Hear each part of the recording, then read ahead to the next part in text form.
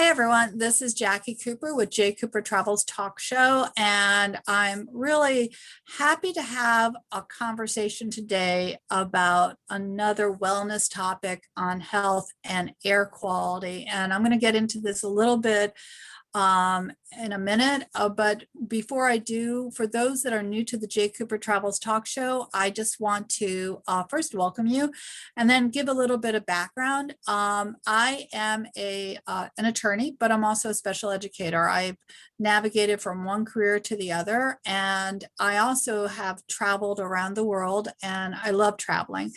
And I started the J. Cooper Travels Talk Show last year, but as fate would have it, COVID hit, and so travel kind of came to a little slow stop, even though it's picking up now. And when that happened, I sort of rebranded the J. Cooper Travels Talk Show to be more about conversations with those that I've been meeting on LinkedIn and other social media platforms, because I was hearing so many wonderful stories. And so now it's about, how do we travel in life? How do we travel both professionally, personally, spiritually, career-wise, every which way? And how do we keep, our quality of life up? And that kind of brings us to our topic today, because I have both an entrepreneur and an author here who's going to be talking to us about our quality of life that we might not even know about. And so a lot of times we think about, what do we eat? We think about, where do we go? But we often don't think about the quality of the air that we're breathing and how that really impacts us with our physical and mental well-being. And so I want to welcome Michael to the show, and I'm going to have him introduce himself. And then we're going to have, we're going to do a deep dive into what's the nitty-gritty of how can we take care of ourselves and make sure that we are actually doing everything possible to stay healthy. How are you doing today, Michael? I'm doing really well. Thank you so much for that intro, and I'm happy to be here. Yeah. So tell me more. First of all, you have a company as well as a book. So why don't you go ahead and introduce the company first so people can learn more about that? So I'm the founder of All American Restoration. It's a very interesting company, really, because there's 50,000 restoration companies out there. We seem to be far and few between in terms of actually looking at things from a holistic approach to optimize our health by improving our environment. So it's definitely a unique new spin. We've taken the industry standards both nationally and internationally, and we've optimized them based upon the science that we've discovered in really helping people get, into a healthy environment. So what do you do? Do you go into people's houses or businesses? What do you do from the company perspective? Yeah, so we work with really good inspectors all across the country. And what they'll do, they're the first responders coming into it. What they're going to do is they're going to actually do like a detailed dive of your home. So they'll start outside looking for weak points, signs of water or moisture intrusion, anything that can get into the house that you don't want to get into the house. They'll also do the same kind of inspection on the inside. Typically, it's going to be like when you first buy a home, you get that home inspection. Someone's going to be in your house for many hours. And when they go through every nook and cranny, they're going to look for signs of degradation, water and moisture intrusion that could allow the ability for mold to grow, bacteria, toxins, you name it. And really, we're looking at that laboratory data and putting together a plan to lower these numbers, get them back into normal ranges, and making sure that the environment in the air you're breathing is back to healthy. Yeah, no, air quality is really important. We don't always, think about that. I know that if we're in an area where there's smoke, then we can definitely see and smell, but there's a lot of other things in our air that might impact us and we might not be aware of it. So tell me more about the book you wrote and why learning about the content of that topic is so important. Yeah, so I came to write the book called The Mold Medic. And one of the reasons that I wrote it again is kind of just doing the actual work hands-on and watching how things actually go kind of made me realize that there was a new need for, a little bit update to the standards that we currently use. So I kind of chronicled the 10 years of me being in the industry and all the studies that I've been a part of and things that I found to be effective, especially for those who are immune compromised. And I think What my goal is, if we can make something that works for someone who's immune compromised, then it can work for everybody. And so that's really the goal, and why I wrote the book, because I knew that I wasn't going to solve this problem one house at a time. I needed to get that information out there. So when someone gets the mold medic, does that help them figure out if they have problems in their house, or how does it help them when they get the book? Well, it's really great, because kind of how I introduced the book is I talk about the old guard versus the new guard. And the first chapter chronicles this story about me sitting across from a gentleman who's been doing it far longer than I have. But yet, when I found fundamental flaws in the way in which he did it, his response was, well, I'm kind of like the Honda of this, and you're kind of like the Mercedes. You're just doing things at a higher level. And that really highlights what's wrong with the industry at large, because typically people, when they are looking to restore their home after a water loss or things that occur, they expect that whoever they call, whether it's their insurance company's provider or whether they find someone on Google, they expect it to be the same service. And so what I found to be is that the service is actually far from the same from company to company. And it's really because a lot of the standards are left to interpretation. And there's a lot of things missing from the standards when you actually look at, well, what could impact somebody's health? And so as I started to realize that, I started to outline steps. Okay, how do you find someone that's a good inspector that can actually perform the types of testing you would need to identify these problems in your home? How would you then find a good company like ours? There's other good companies out there, of course, too. And what are the right questions you need to ask to find this company to make sure they have your best interest? And finally, what are the steps you need to take to make sure that this problem never happens again? And these are the steps that I outline in my book, and why I think the book is so valuable. So if someone has mold in their house, how is that going to impact them? Well, very simple. Mold is actually part of our ecosystem. You may have heard somebody say, like, mold is everywhere. How does it really impact us? It's quite simple. Mold is actually not everywhere. Mold is a term that is used to describe 100,000 different species of fungus. And so what happens is, if you were to test your home right now and you were to test the air outside, you would absolutely find a different result of what's going on outside versus inside. There may be different species present. The numbers are going to be different. So it's not everywhere. As a matter of fact, it's only in the areas that it is abundant in. Mold it is part of our ecosystem. It is growing on trees. It's in the soil. So it is actively producing spores. But this is far less than what you're breathing in inside. The EPA averages that 5 times inside. The air is 5 times worse inside than outside. And so what happens is, as mold is growing in your house, it's actively producing these spores and potentially toxins too, depending on the species. And these particles are getting into the body. And when you go on the American Lung Association's website, it'll tell you that the greatest health risk to air quality is any particle smaller than 10 micrometers. Because it's so small, it has the ability to get deep into the lungs, bypassing the respiratory tract and immediately entering the bloodstream. And mold happens to be between 2 and 4 micrometers. So it is smaller than that 10 micrometer threshold. That's why it can be a health hazard, especially if it's actively growing in your home. It's producing at such a higher volume than you would normally be breathing. Can, if you have a filter or, in your home, can that help filter out the mold, or does it get through the filter? I mean, it's a great question. It depends on the filter. If you have a filter that's efficient to remove particles as small as mold, then yes, it's actually a great tool. I look at it like we filter our water, we should definitely filter our air. This would be a good thing. Now, I do want to just make one recommendation. You don't want to ignore the problem and just put a good filter in and say, yeah, that's all we need to do.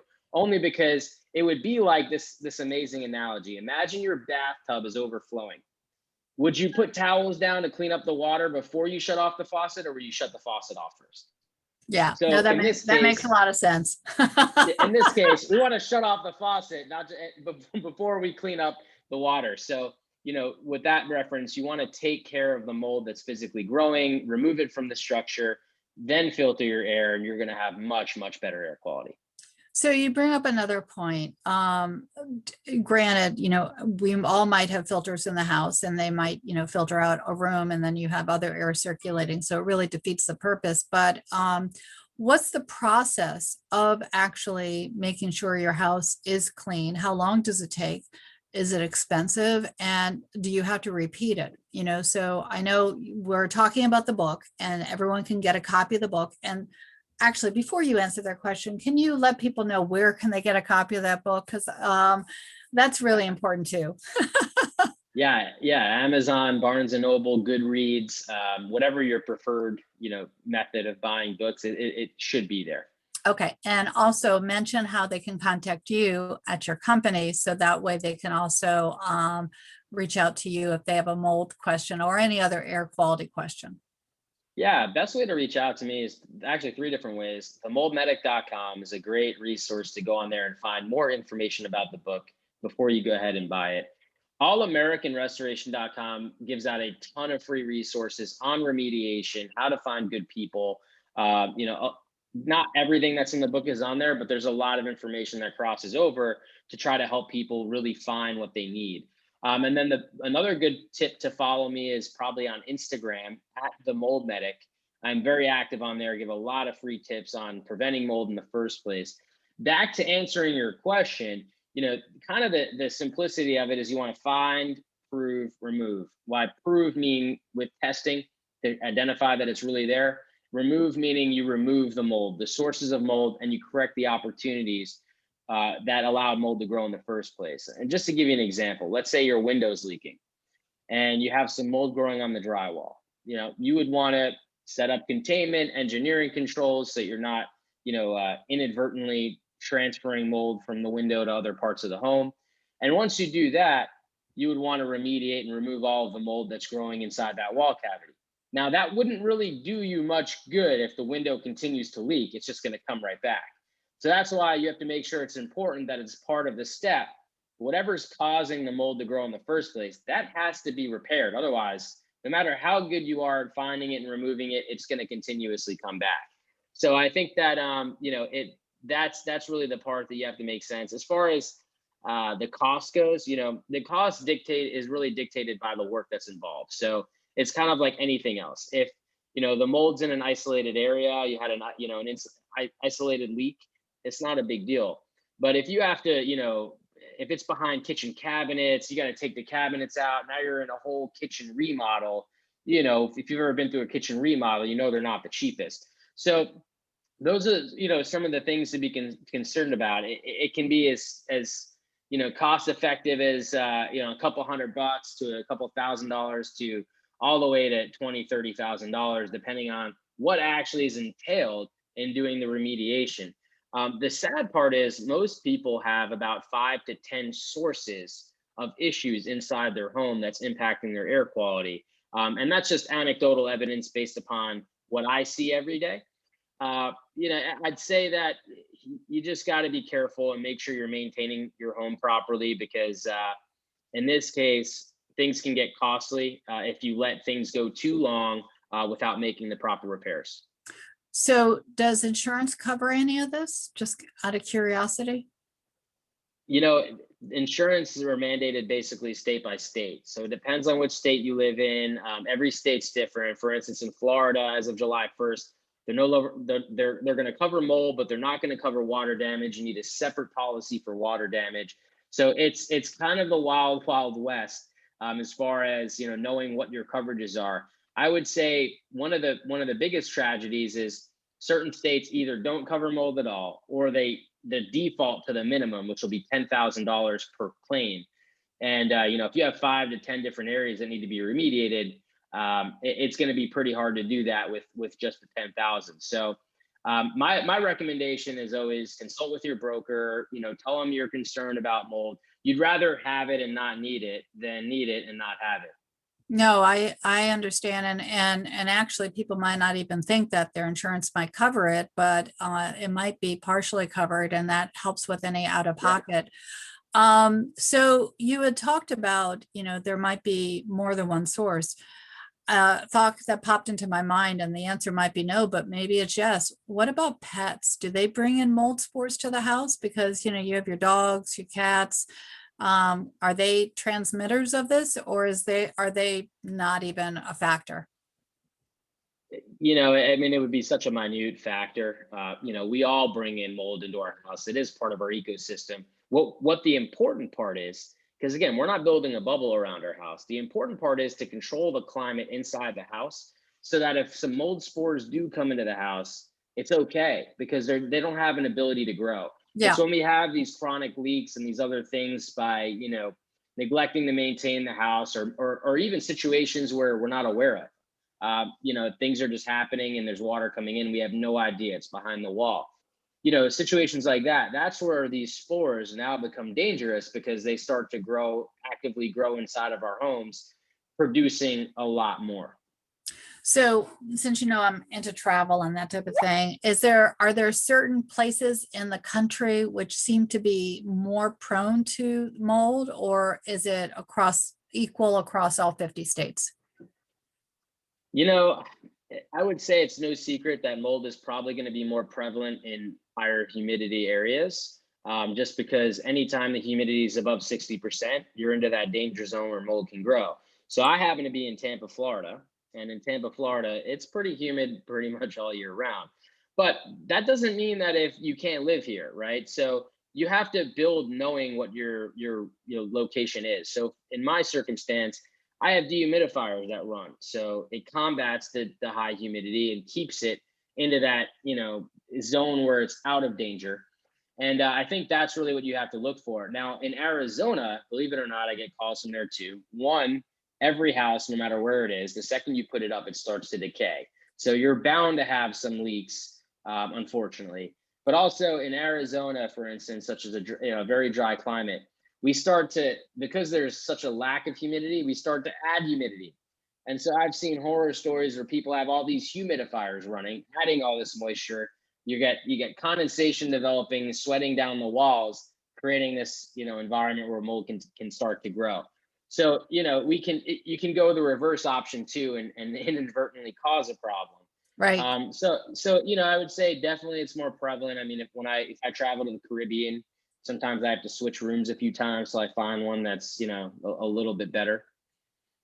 You're right. You know what? There's so much to know. And everyone, what I would recommend is definitely checking out the Mold Medic, definitely reaching out to Michael and his company. So that way, if you have any questions, they can consult with you. Again, our health, sometimes we don't always think about the air quality and how it's impacting us. So we might get a physical manifestation of something, and actually the cure is something that's in our house that we can do with air quality. So that's something that I know is really important for all of us to be looking at. Michael, why don't you mention one more time how people can both get a copy of your book as well as reach out to you? Yeah, so my book can be found on Amazon, Barnes and Nobles, Goodreads, etc. You could even go to themoldmedic.com. It'll tell you where to get it as well. You also can go to allamericanrestoration.com. There's a ton of free resources like how do I find a good mold inspector, a good mold remediator, what are the things I want to look for, some of the health implications, etc. And then you could also connect with me on Instagram, which I'm very active on, always posting free tips and tricks in regards to mold and how to avoid it. And that's at the Mold Medic. So happy to connect with you and help you in any way that I can. So another quick question before we, kind of leave for the day, so to speak. When you were younger, did you think you were going to be working in the field of remediation, or what got you interested in the science of this and the whole story of creating a business that's helping others like this? Yeah, no, it's a really funny question. Yeah, I'm actually a second generation contractor. And so it was one of those things where, as I wrapped up college and moved back home, wanted to work for my dad. Been around construction my entire life. And my dad's been doing it since I'm 5 years old. And it just happened to fall into the family business. But after Hurricane Sandy, when I started seeing people get really sick up in the Northeast, that's kind of when I started to say, you know what, there's really something here, that interests me much more than, building homes or, designing and decorating homes. And I really wanted to dive into that and see how I can help with that. And that's what kind of led me down this path. But I think I wanted to be a singer or a movie star or something when I was a little kid. Most people don't say mold remediation. That's what I want to do. Well, you know what?